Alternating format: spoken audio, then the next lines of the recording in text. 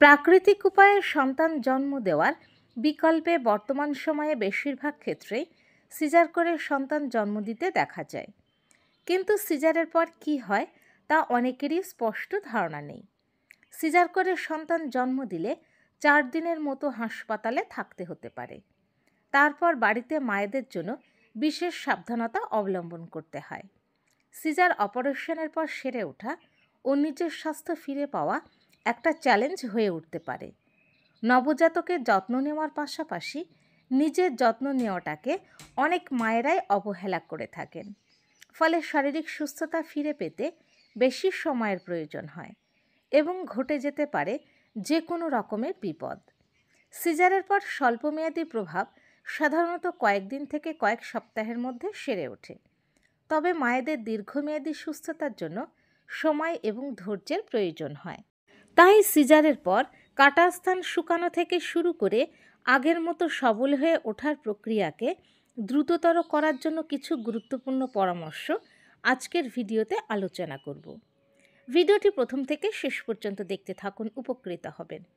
তবে বিস্তারিত যাওয়ার আগে বলবো, অবশ্যই টুকিটাকি কলকাতা চ্যানেলটি সাবস্ক্রাইব করুন এবং পাশে থাকা বেল আইকনটি প্রেস করে অন করে নিন। তাহলে নতুন ভিডিও আপলোড হওয়ার সঙ্গে সঙ্গেই পৌঁছে যাবে আপনার কাছে। অপারেশনে কাটা স্থানের যত্ন। অপারেশনের কাটা জায়গাটা পরিষ্কার করতে হবে। ঢিলে ঢালা ও আরামদায়ক কাপড় পরতে হবে। সিনথেটিক কাপড়ের পরিবর্তে সুতির কাপড়ের অন্তর্বাস বেছে নিতে হবে। ডাক্তারের পরামর্শ মতো সেলাই কাটাতে হবে। অপারেশনের জায়গায় ইনফেকশনের লক্ষণ দেখা দেয় কিনা সেই বিষয়ে সতর্ক থাকতে হবে। কাটা জায়গাটি শুকনো রাখতে হবে, কারণ কাটা জায়গাটি শুকনো রাখার ফলে সেখানে জীবাণু দ্বারা ইনফেকশন অথবা প্রদাহ হওয়ার আশঙ্কা কমে যায়। এর ফলে কাটা স্থানটি দ্রুত শুকিয়ে যেতে পারে। পর্যাপ্ত পরিমাণে বিশ্রাম নেওয়া। অন্য যে কোনো বড় অপারেশনের মতো সিজার অপারেশনের পর পুরোপুরি সেরে ওঠার জন্য বিশ্রাম একটি গুরুত্বপূর্ণ বিষয়। নবজাতকের দেখাশোনা করার ফাঁকে বিশ্রাম নেওয়াটা কঠিন হতে পারে, তাই যখন সুযোগ পাবেন তখনই একটু বিশ্রাম নেওয়ার চেষ্টা করবেন। নিয়মিত হাঁটা। সিজারের পরের প্রথম সপ্তাহগুলিতে বেশি ওজন না তোলা এবং তীব্র ব্যায়াম না করাই ভালো। তবে হাঁটা এইসবের একটি দুর্দান্ত বিকল্প হতে পারে এবং মায়েদের ফিট থাকতে সাহায্য করে। নিয়মিত হাঁটা হৃদরোগজনিত সমস্যার ঝুঁকি কমাতে এবং রক্ত জমাট বাঁধার ঝুঁকি কমাতে সাহায্য করে বলে মনে করা হয়।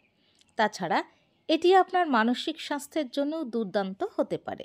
কোষ্ঠকাঠিন্য মোকাবিলা। নতুন মায়েদের কোষ্ঠকাঠিন্যের সমস্যা হওয়ার বেশ কিছু কারণ রয়েছে। হরমোনের পরিবর্তন, পেটের পেশি দুর্বল হওয়া এবং শুয়ে বসে বেশি সময় কাটানো এগুলোর মধ্যে অন্যতম। কোষ্ঠকাঠিন্য কেবল বেদনাদায়কই নয়, এর ফলে যে চাপ পড়ে তা সিজারিয়ান ছেদনের ক্ষতি করতে পারে। এর সাথে মোকাবিলা করার কিছু উপায় হলো পর্যাপ্ত পরিমাণে জল পান করা এবং আঁশ জাতীয় খাবার খাওয়া। ঘরে টুকটাক কাজকর্ম করতে পারেন। হালকা কাজকর্মে ব্যস্ত থাকুন, তবে কমপক্ষে 6 সপ্তাহ ভারী কাজ করা থেকে বিরত থাকবেন। পুষ্টিকর খাবার খেতে হবে। শারীরিকভাবে সুস্থ থাকতে সুষম ও পুষ্টিকর খাবারের বিকল্প নেই। সিজারের পর বেশি বেশি আঁশযুক্ত খাবার, শাকসবজি ও ফলমূল খাওয়ার চেষ্টা করতে হবে। সেই সাথে পরিমাণ মতো ডিম, দুধ, মাছ ও মুরগির মাংস খেতে হবে। খাবারের পাশাপাশি গর্ভাবস্থায় যে আয়রন ফলিক অ্যাসিড ট্যাবলেট খাওয়া হতো তা চিকিৎসকের পরামর্শ অনুযায়ী চালিয়ে যেতে পারেন। তবে সিজারের পর সাময়িকভাবে কিছু খাবার এড়িয়ে চলা উচিত, যেমন ভাজা পোড়া, কোমল পানীয়, চা, কফি জাতীয় খাবার। অ্যালকোহল। যেসব খাবারে পেট ফাঁপার প্রবণতা রয়েছে, যেমন অনেকের বাঁধাকপি, ফুলকপি, ব্রোকলি, ডাল, পেঁয়াজ ও ঢ্যাঁড়সের মতো খাবারে এমন সমস্যা হতে পারে। যোনিপথে রক্তক্ষরণ। অপারেশনের পর যোনিপথ দিয়ে কিছুটা রক্ত যেতে পারে। এই রক্তপাত 1 থেকে 2 সপ্তাহ থাকতে পারে। এই সময় সহবাস এড়িয়ে চলুন। কখন ডাক্তারের পরামর্শ নিতে হবে? সিজারের পর যে লক্ষণগুলো দেখা দেওয়ার সাথে সাথে ডাক্তারের পরামর্শ নেওয়া উচিত, যেমন জ্বর, শরীরে কাঁপুনি, অপারেশনের জায়গায় ইনফেকশন, যেমন জায়গাটা অনেক লাল হয়ে যাওয়া, ফুলে যাওয়া, ব্যথা হওয়া, সেখান থেকে পুঁজ বা দুর্গন্ধযুক্ত তরল বের হওয়া, যোনিপথে ভারী রক্তক্ষরণ, তীব্র পেট ব্যথা, পায়ে ব্যথা হওয়া অথবা ফুলে যাওয়া, শ্বাসকষ্ট অথবা কাশি, প্রস্রাবের সময় ব্যথা বা জ্বালাপোড়া হওয়া। সিজারের পর এই লক্ষণগুলির মধ্যে যে কোনো লক্ষণ দেখা দিলে দ্রুত ডাক্তারের পরামর্শ নেওয়া জরুরি। ভালো থাকুন, সুস্থ থাকুন। আজ এ পর্যন্ত। ভিডিওটি কেমন লাগলো অবশ্যই জানাবেন। আর যদি ভিডিওটি ভালো লাগে তাহলে অবশ্যই লাইক এবং শেয়ার করুন। পরবর্তী ভিডিওতে আবার দেখা হবে।